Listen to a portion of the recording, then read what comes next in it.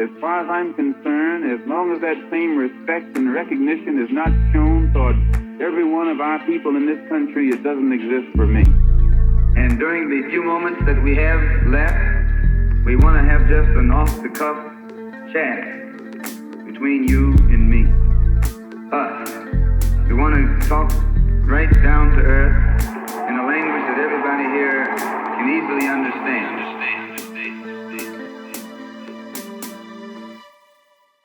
Welcome back to another episode of The Malcolm Effect with Mamadou. Joining me are my friends and comrades, Deej and Christian.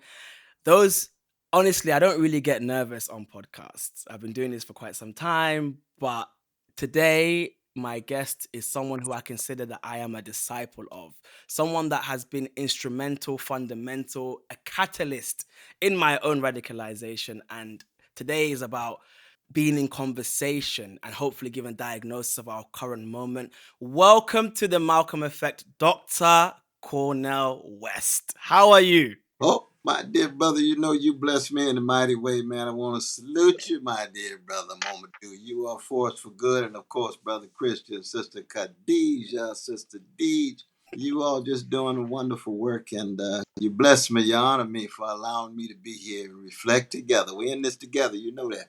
Again, Absolutely.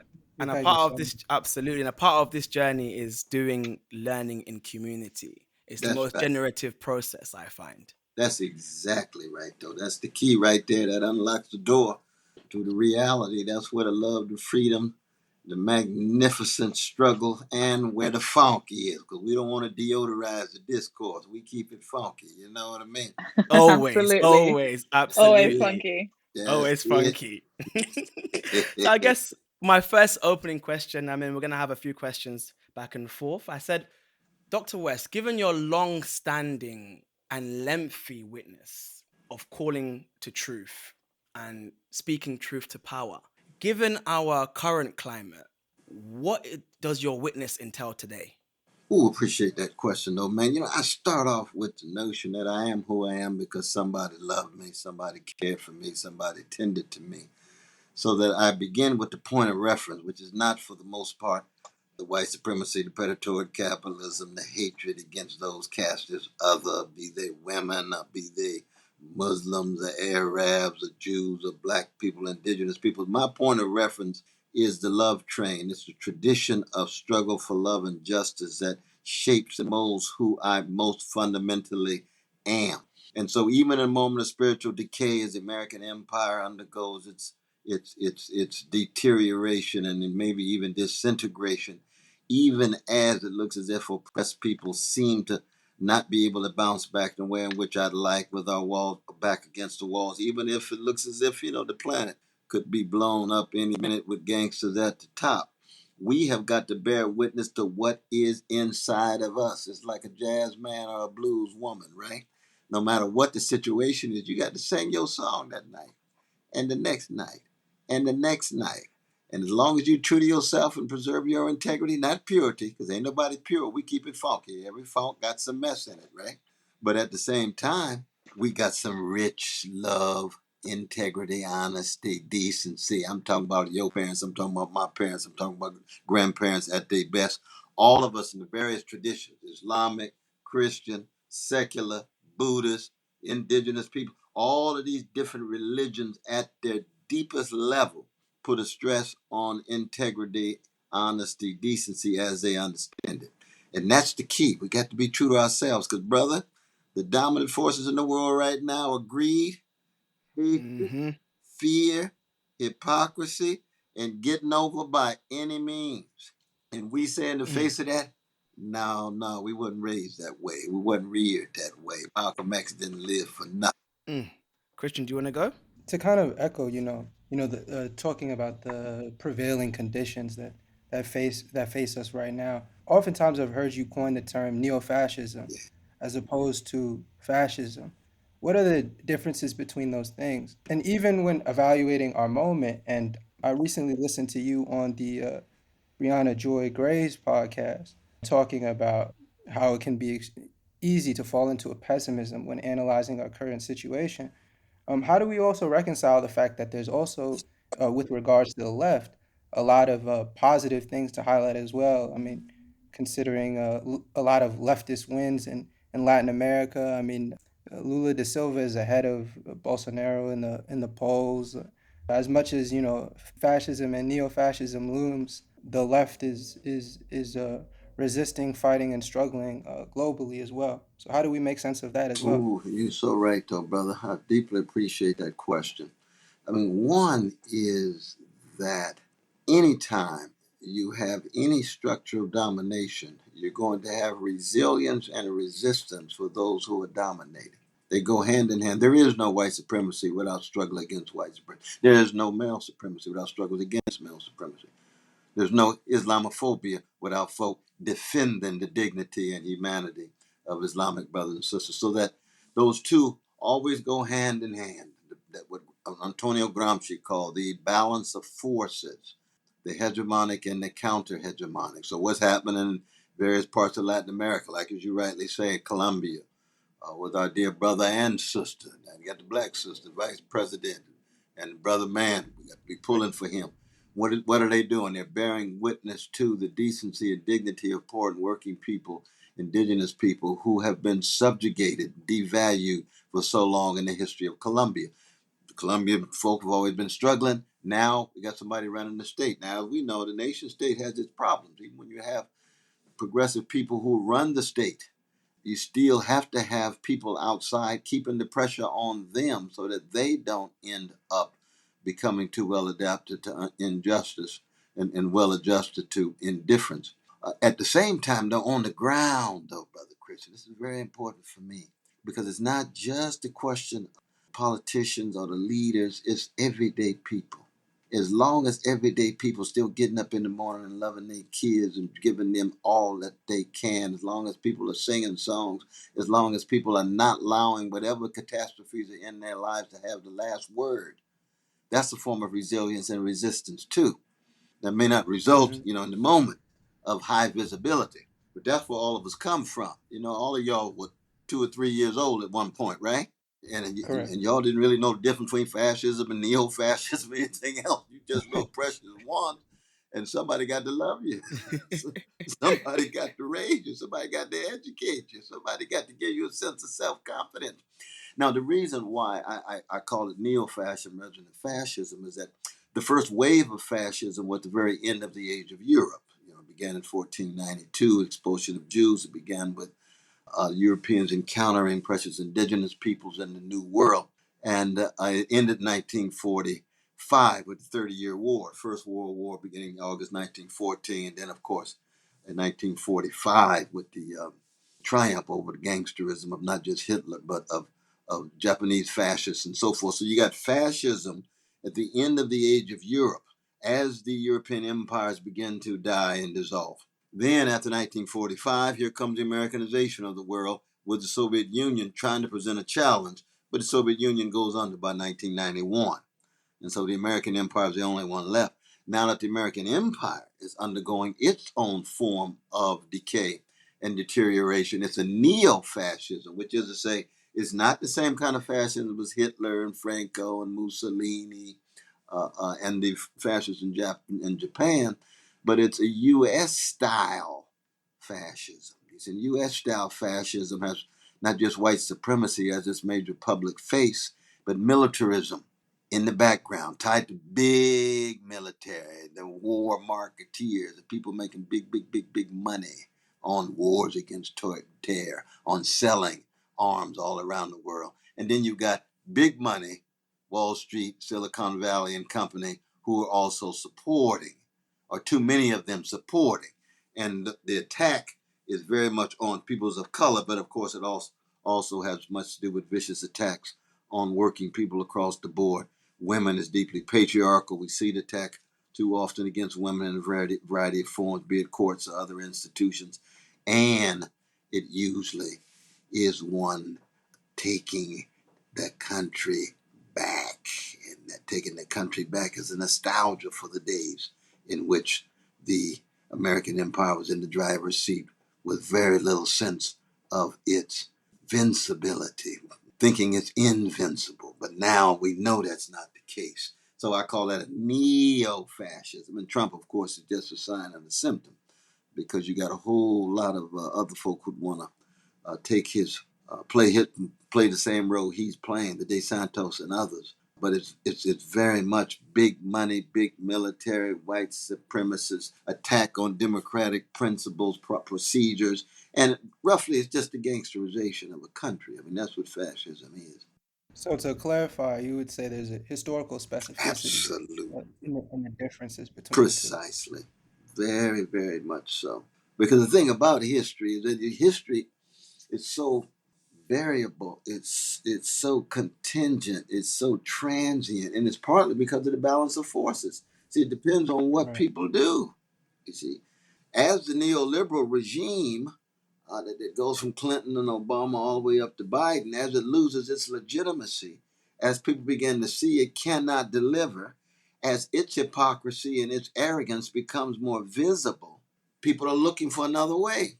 They could go with Bernie, social democratic possibility, not revolutionary, but significantly reformist. Or you can go outright neo-fascist with Trump. But the neoliberal project, more and more, has lost its legitimacy. It's running out of gas. And people can see that very, very clearly.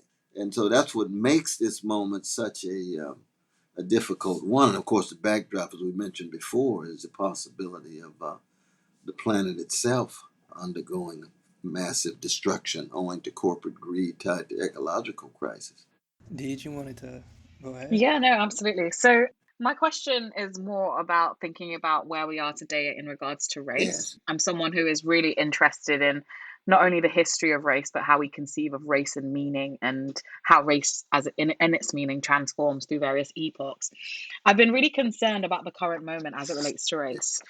In the context of Britain, we're finding an ever growing, what I feel is a kind of return to racially essentialist notions of race, where people are arguing the specificity and oftentimes the primacy of things like blackness as a sort of global project, and as such, making the case that coalition building and movement building with non black folks is an impossibility.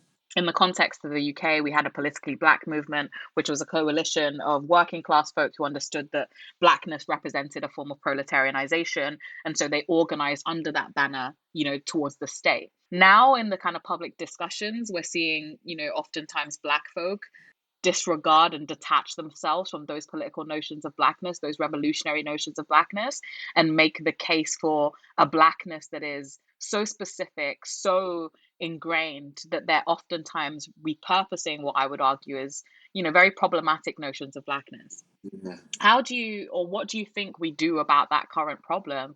And how do you think we can overcome this perspective that assumes that movements for racial justice, movements for the emancipation of people who are marginalized through the logics of race, can only happen in our individualistic racial bubbles and not as a larger movement, not as a larger coalition? Ooh, I tell you, you all got some high quality questions.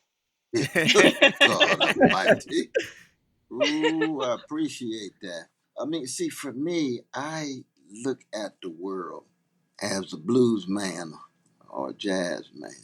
And the blues and the jazz are fundamentally about courage, integrity, honesty, creativity, a willingness to give, a willingness to dig deep inside of one's own soul and to empty oneself in order to help empower others. So that makes it profoundly humanistic. Profoundly humanistic. Now, because white supremacy cuts so deep, that we have to have a discourse on blackness that's real and rich and funky, because blackness has been so thoroughly devalued and demeaned. But for me, any discourse on blackness has to acknowledge the roles of integrity, honesty, decency, courage, vision, service of others within the black context and across black, white, black, brown, black, Asian, so forth and so on. And so I've always, had comradely relations with many of my black nationalist brothers and sisters, some of even the black separatist brothers and sisters. If some say that I find it difficult to have an alliance with vanilla brothers and sisters and white brothers and sisters, Brother West, you can go on and try to have your alliance if you want, but not me. I'm spending all of my time with black folk. I say, hey, well, that's fine. That's fine. I'm still in your corner. I disagree. I think sooner or later you're going to have some solidarity and alliance. But even one life to live, and given how deep white supremacy is, if you're in a black nationalist or in black separatist context, go on and keep loving black folk. Go on and keep raising the babies, but keep the love, keep the integrity, keep the honesty, and just admit for you, you have levels of suspicion and distrust that's so deep that it doesn't allow you to have alliance with white folk. Now, that's not my option. That's not my alternative. I'm going to work with you because I love the same black folk you do. I'm singing a song that I want to affect their souls and empower their souls.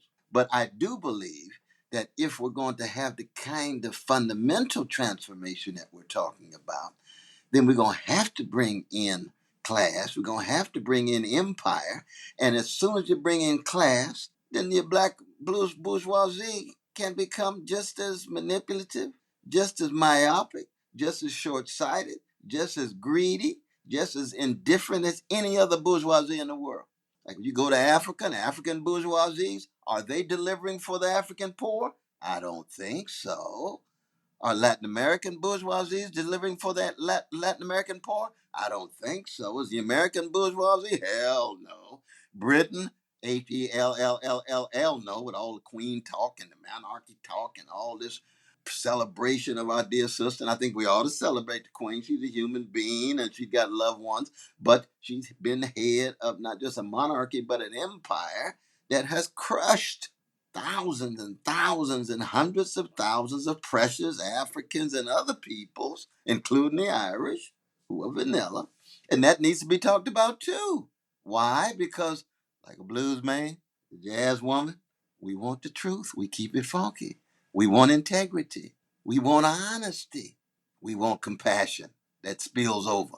For a lot of people, like the early Malcolm X, compassion stopped right at the line black folk only. That's following the Honorable Elijah Muhammad.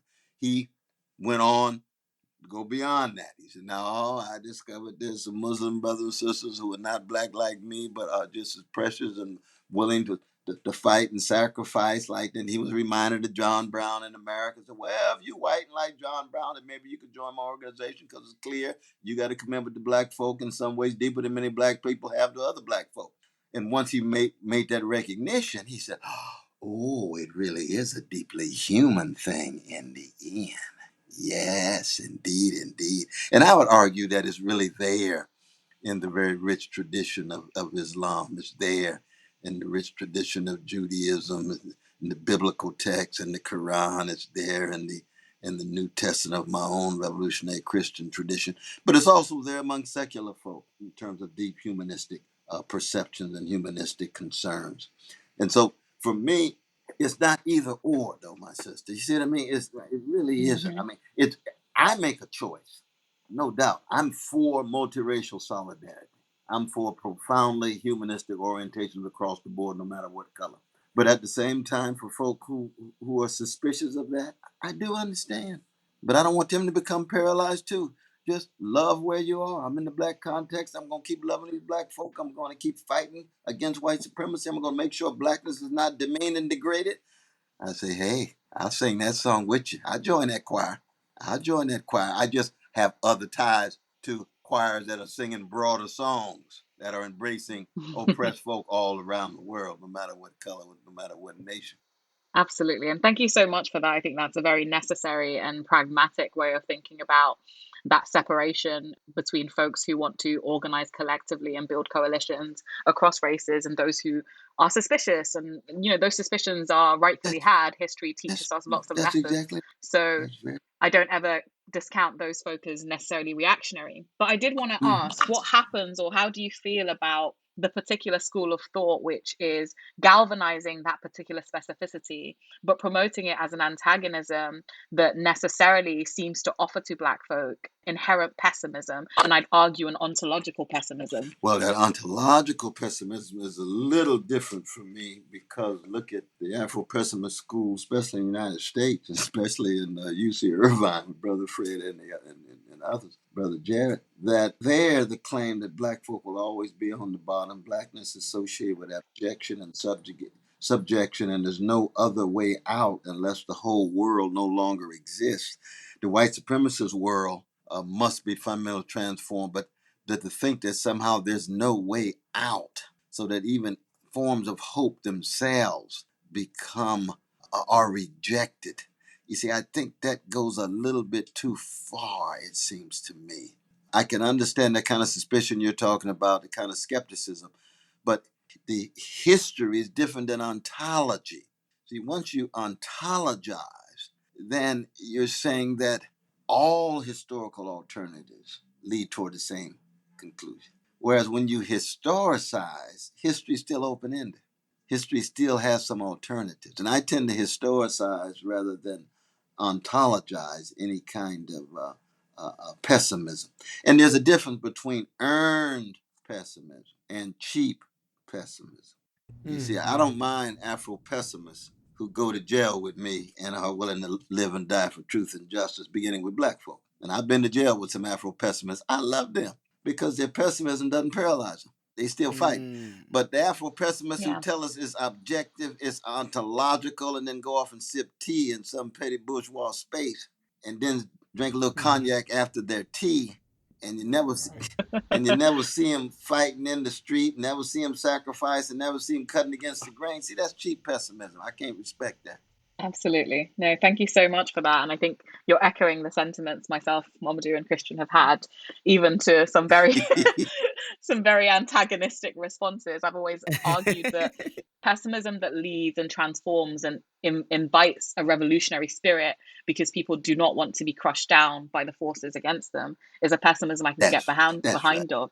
But when we present the violences of anti-blackness, the violences of racial capitalism as insurmountable, in some instances we actually give up our That's right. power. We make capitalism win. Capitalism wants us to view it as insurmountable, because then that makes people think of it as natural. And when people think of it as natural, they don't seek to fight That, it.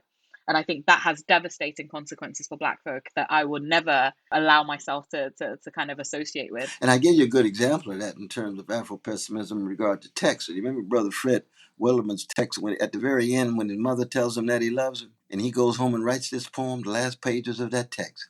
It's a beautiful poem. It's a powerful poem. He's responding to the love of his mother and letting her know how deep it is for him not just to be loved, but for him to love her back. Now, if that poem were the center of his text, then blackness wouldn't be associated with abjection. Because that kind of love, that kind of joy, that kind of freedom experience in love and love experience in freedom means that white supremacy, racial capitalism is surmountable, even in that symbolic sense, in the artistic sense of the poem. And all you got to do is listen to soul when they say keep on moving. And that song, blackness is not objection. No, no, no, no. And that's London. We ain't even got to Dayton, Ohio, Funkville yet. You know what I mean? With the Ohio players and James Brown down in Georgia. You see, so these artistic moments remind us that blackness is never synonymous with solely objection. No. We just don't have the collective mechanisms. We don't have the collective means to overcome the racial capitalism in the full sense. But in the psychic, spiritual, cultural sense, all you got to do is just look at black people walking down the street with all of the style and the charm and the self-confidence and say, hey, that's not objection right there. People don't walk like that when they experience full scale. When they got full scale objection, they don't walk streets like that. Mm-mm. No, they don't walk like that when they're ontological slaves. They That's absolutely do not. exactly right. That's true. You know, a little Tupac. um, Tupac, he's not expressing no abstract ontological subjugation. No. absolutely. Mm-hmm. I guess this leads me on to the next thoughts. As someone who's recently joined the academy, and Deej is also in the academy, and Christian is adjacent to the academy, Yeah. and who also will join the academy, they are what I find valid critiques of the black Yes. intellectual and the kind of co-optation all too quick cooptation of the black intellectual in the perpetuation of imperialism and in the perpetuation of empire. So I guess my question here, I guess just advice to myself, Deej, Christian, and other young people who have a concern and love for black people, but believe that via knowledge production and via the academy and these institutions that, perhaps we can produce something that will be beneficial and enacted for change. What would be that advice? Well, one is that I thank God you all are wherever you are and doing what you do wherever you do it. I mean, first, I just want to say that up front. Now, to be part of the professional managerial class in the production of knowledge, which is what universities for the most part are, means then you do have a context that has its own protocols that reinforce certain kind of conformity, certain kind of complicity. But as long as you have intellectual integrity and you're involved in your quest for truth and beauty and goodness and the holy, then you always have a critique of that. You got a critique of that outside of the academy. You have a critique of that inside of the academy. Now, on the other hand, in a predatory capitalist civilization, you're going to have some access to cash flow, just be able to live and help support your loved ones.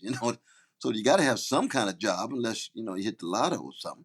So that the question becomes, whatever kind of job I have, whatever the context is, my vocation, my calling is to try to exemplify intellectual integrity, honesty, decency, that quest for truth, goodness, beauty, and the holy, which means, yes, I'm going to be critical of the academy, because the dominant orientation of the academy tends to be a certain kind of conformity to the status quo, or if it's symbolic critiques of the status quo, it's not followed through with a substantive witness against the status quo. And you can do that as a professor. Du Bois was a professor for many, many decades. He kept telling the truth. When C.L.R. James came to States and taught for a while, when James Baldwin taught at University of Massachusetts, they were part of the academy. Did they keep telling the truth? Absolutely, yes. Very much so. Angela Davis has been part of the academy for over 60 years. She's been true to herself. I mean, she's not always right, because she and I, we have deep love for each other, but she was tied to the Soviet Union for a long time. And so I had a strong critique of the Soviet Union. She and I had very similar critiques of American capitalism. But she was tied to the Soviet Union and the Communist Party, so I thought sometimes she wasn't as consistent as she ought in terms of the critique of Soviet Union. But she was still telling truths about American capitalism that, as we know, got her in deep trouble. But she bounced back, right back in the academy, and still engaged in her truth telling in terms of a prison, as a prison abolitionist and so on. So a lot of times it's you all supporting each other as friends, partners, comrades, affiliations, communities, to constitute countervailing forces against the dominant tendencies of the academy, of the professional managerial class, that tends to generate cultures of arrogance, condescension, haughtiness, looking down on working and poor people, looking down on who the great Sly Stone called everyday people.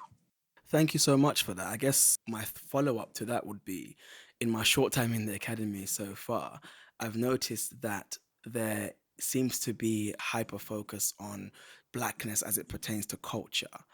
And whilst I think that's extremely important, I'm thinking of Walter Rodney here, and when he says that we have to use labor as a conceptual framework for Black studies. And what I've seen so far, there seems to be almost an aversion to materiality. So whilst we focus on the culture and things other than the material, there seems to be an aversion in addressing the material. So what do you see, or how important to you is a material analysis now? Oh, I think it's always important. That's why the Stuart Halls, and that's why the Walter Rodneys and the Manny Marables and the Bell Hooks. Barry Hooks also, even though people can associate her with culture and spirituality and all about love and so forth. And you all know she and I worked together and wrote books together and taught together. That she was always concerned about what Marxists would call the base. She was always concerned about the economic foundation, the modes of production, the issues of class and labor, but also empire. Also empire. So when you talk about predatory capitalist civilizations that are class driven, shot through with white supremacy, male supremacy, homophobia, transphobia, shot through with various hatreds of certain kinds of religions. The United States is very much Islamophobic in that sense. That you have to be able to keep track, like a good jazz woman, improvisational, flexible, fluid, with all of these various dimensions of the lived experience of our precious everyday people. The everyday person walking down the block is affected by empire, class, gender, race, and we got to be true to what they're up against. And we got to be true to how they wrestle with it in their own way. And we got to be critically involved and engaged as to how they do it, because we won't always agree with them, but we have to be honest about what the context actually is. Now, so that in the academy, it's so easy to talk about culture, not say a mumbling word about class. Partly the reason is because one doesn't want to come to terms with one's own class position. Exactly.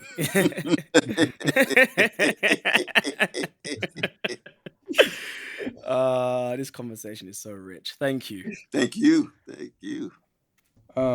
Yeah, Dr. West, I wanted to actually ask a question, regarding, I think, like one of my favorite quotes that you've written, and it's from your book Prophecy Deliverance. And I actually remember, when I was in undergrad, I would sit in the Union Theological Seminary stacks, Wow. especially with the first edition copy where you signed the inside cover. And I'm pretty sure during my 4 years in undergrad, I probably had that book checked out 70% of the time. I was just Wow. kept hitting renew. That's amazing, though, brother. That's beautiful, man.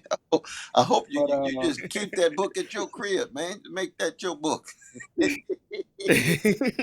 order another. They'll uh, order another.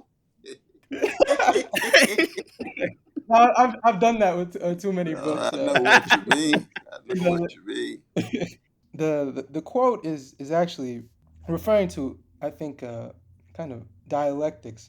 And something you mentioned earlier, right? You said, where there is domination, there will be a resistance to it, which is kind of an example of that. But the particular quote I'm speaking of is, the dignity of persons is their ability to contradict what is, to change and be changed, and to act in the light of what is of that which is not yet. The depravity of persons is their proclivity to cling to the moment, to refuse to transform, and to be transformed. And I think, this is, a reflection on the Christian gospel. And I know you come from the tradition of, Martin Luther King, who is also a dialectician, and even his essays on Reinhold Niebuhr, suggests a dialectic between history and eternity. So could you speak more to what dialectics is as a method, the importance of contradiction, and more importantly, what does it mean to what Sly Stone would call humility? Yes. Wow. Thank you so much for that, though, Bill. And you're sending me back. I mean, it just so happens that there's a 40th anniversary edition of that book coming out next month, which is Ooh. really mind blowing. 1982. My dear brother Mm-hmm, Jonathan mm-hmm. Walton, who's the dean of Divinity School at Wake Forest University, put it out. But they got 5 essays of young scholars responding to the book 40 years later, and seeing, what's worthwhile, and what's in it, what's living and what's dead in it, and so forth. So it's really quite a tribute that 40 years later, you would also invoke that text. That text happens to still be my favorite text after Mm-hmm. many, 20 something books later, because it zeroes in on what my fundamental calling is. And you hit the nail on the head, that no matter how improvisational you are, no matter how protein flexible and fluid you attempt to be, you have to come down somewhere in terms of your bedrock convictions, your bedrock devotions, your bedrock affections. And it begins, of course, with family and mom. Ain't nobody gonna mess with mom, right? I mean, that's just how it is. The same was true, Yeah. with my daughter, my son, or wife, and so forth.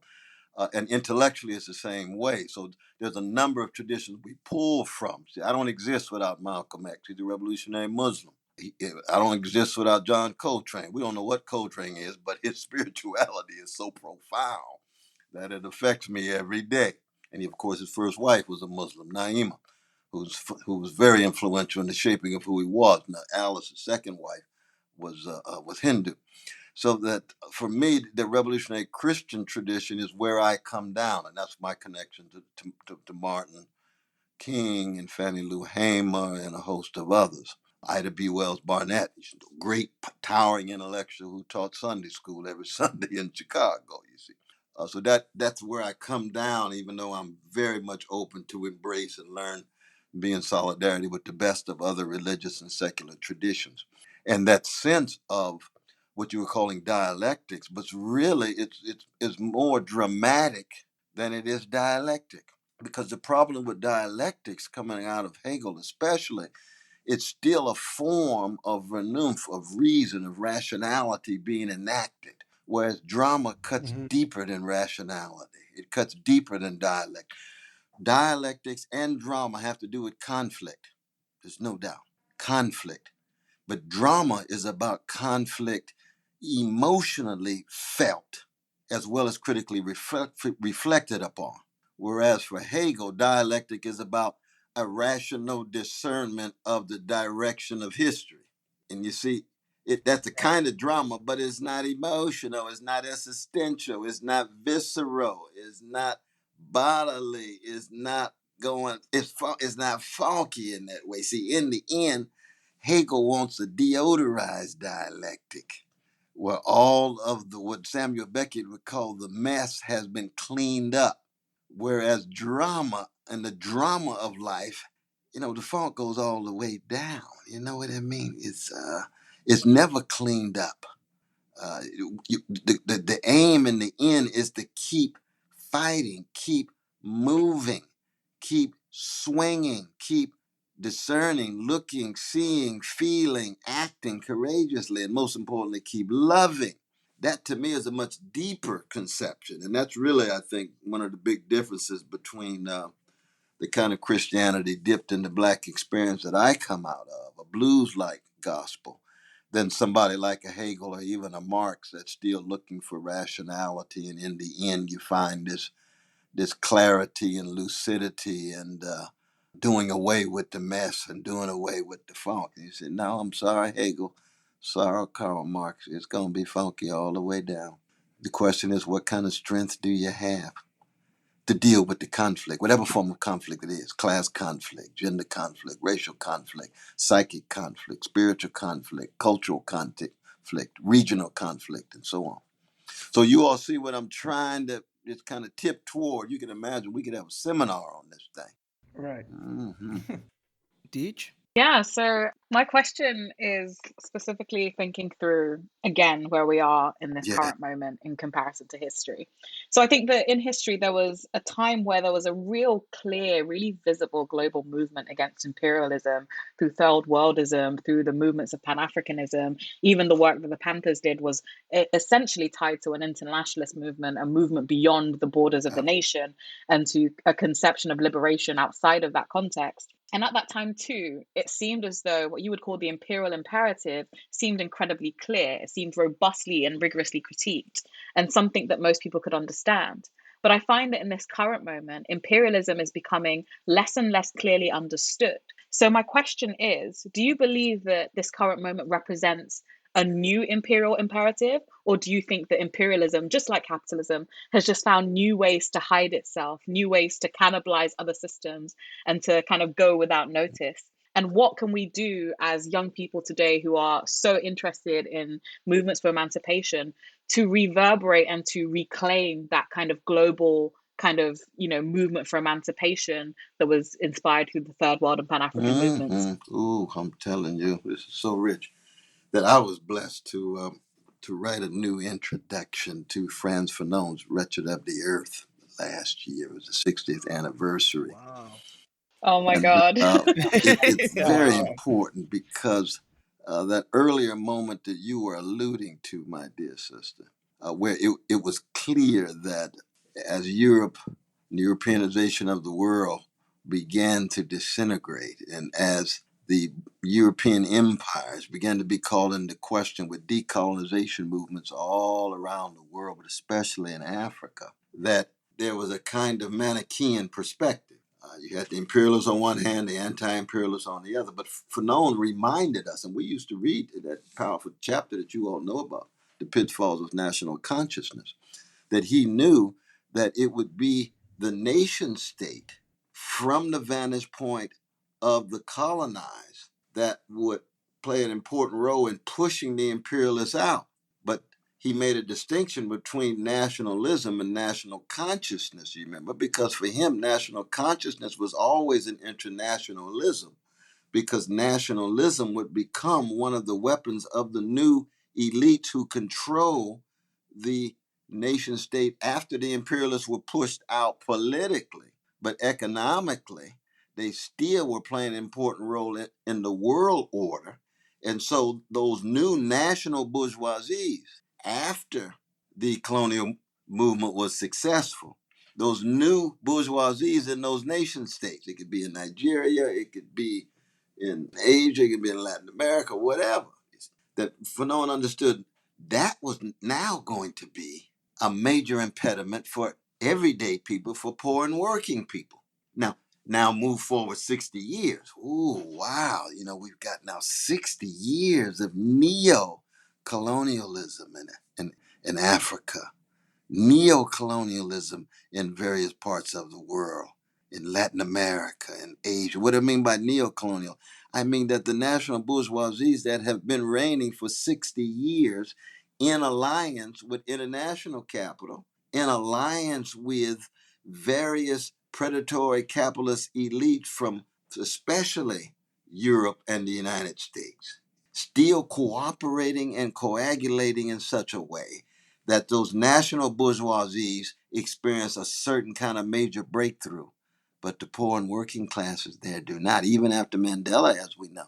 As much as we love Mandela, in the end, he governed as a neoliberal that was unable to deliver to the masses of folks still locked into the townships. As a revolutionary, he had a critique of the very way in which he governed. He went to jail for 20 some years. That's why we love him forever. He's willing to sacrifice his life. But when he had a chance to rule, it was very difficult. Of course, he had structural constraints in terms of the alternatives were limited. But when I had a chance to talk with him, I gave one of the Nelson Mandela lectures in 2006, and they had portions of it on national TV, and he was right there. And I said, look, you all have promoted the Santa Clausification of Nelson Mandela, so that the revolutionary figure is becoming an old man with toys in his bag to give out with a smile to preserve stability while poor and working people still getting crushed. So when I met him, I said, well, I know that's kind of hard, especially on TV, Brother Nelson, but what'd you think, man? He said, Brother West, he said, what you say, I know, and it affects me deeply. He says, but international capital is so powerful that they would crush us.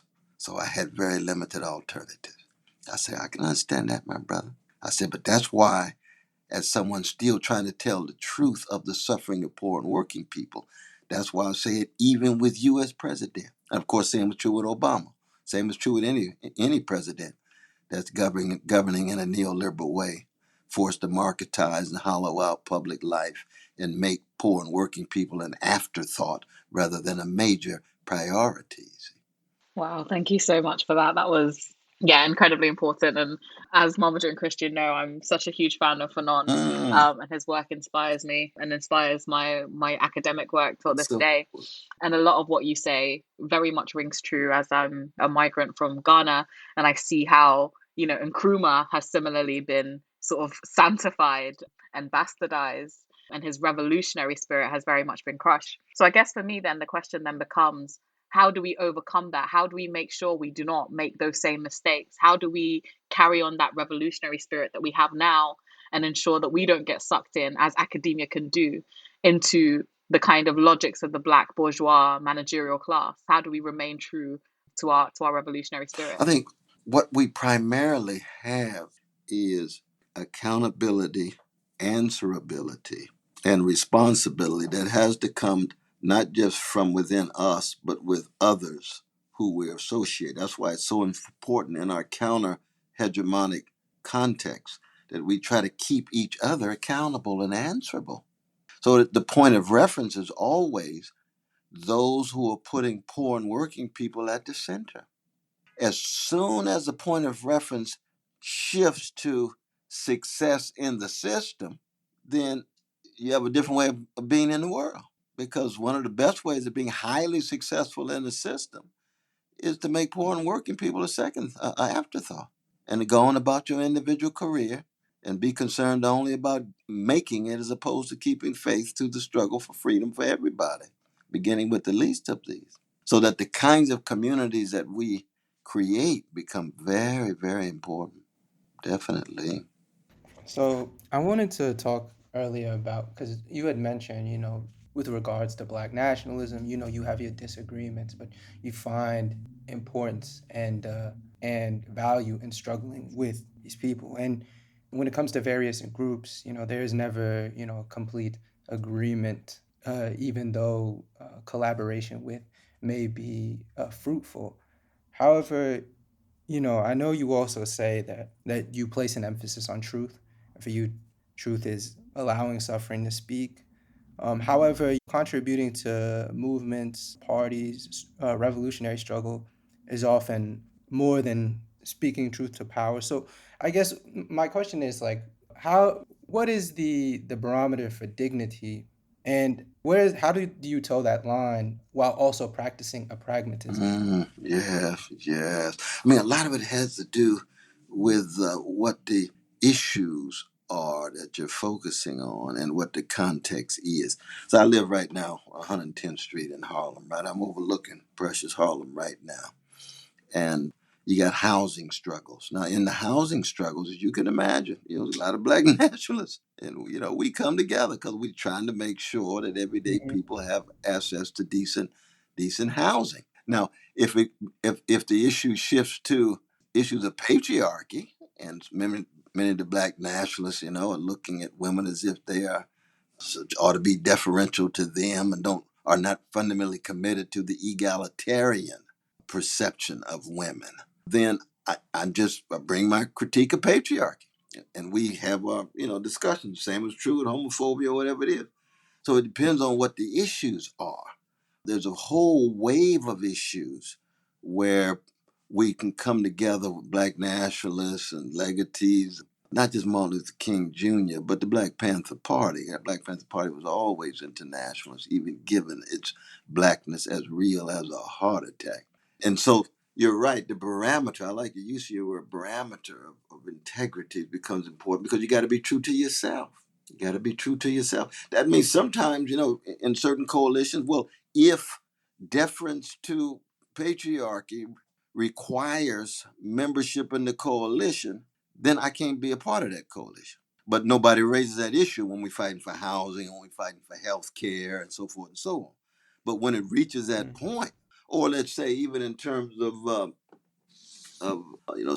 what would be a good example of people saying, well, you can't be really part of this movement. That's dynamite. Yeah, yeah, but so that it depends on which issue that we're focusing on. If people are very dogmatic and say, well, Brother West, you cannot be part of this coalition because we noticed you have been so critical of U.S. imperial policy abroad in the Middle East or in Africa, or you've been so very critical of the black bourgeoisie and black politicians who too often sell out to big business, then I say, well, I just can't be part of the coalition. Y'all pray for me and let me try to be the force for good that I am. And you all can still be a force for good in a very limited sense, Mhm. working on housing or health care and what have you. But you're not going to say a mumbling word about U.S. foreign policy. That's ugly and immoral and illegal.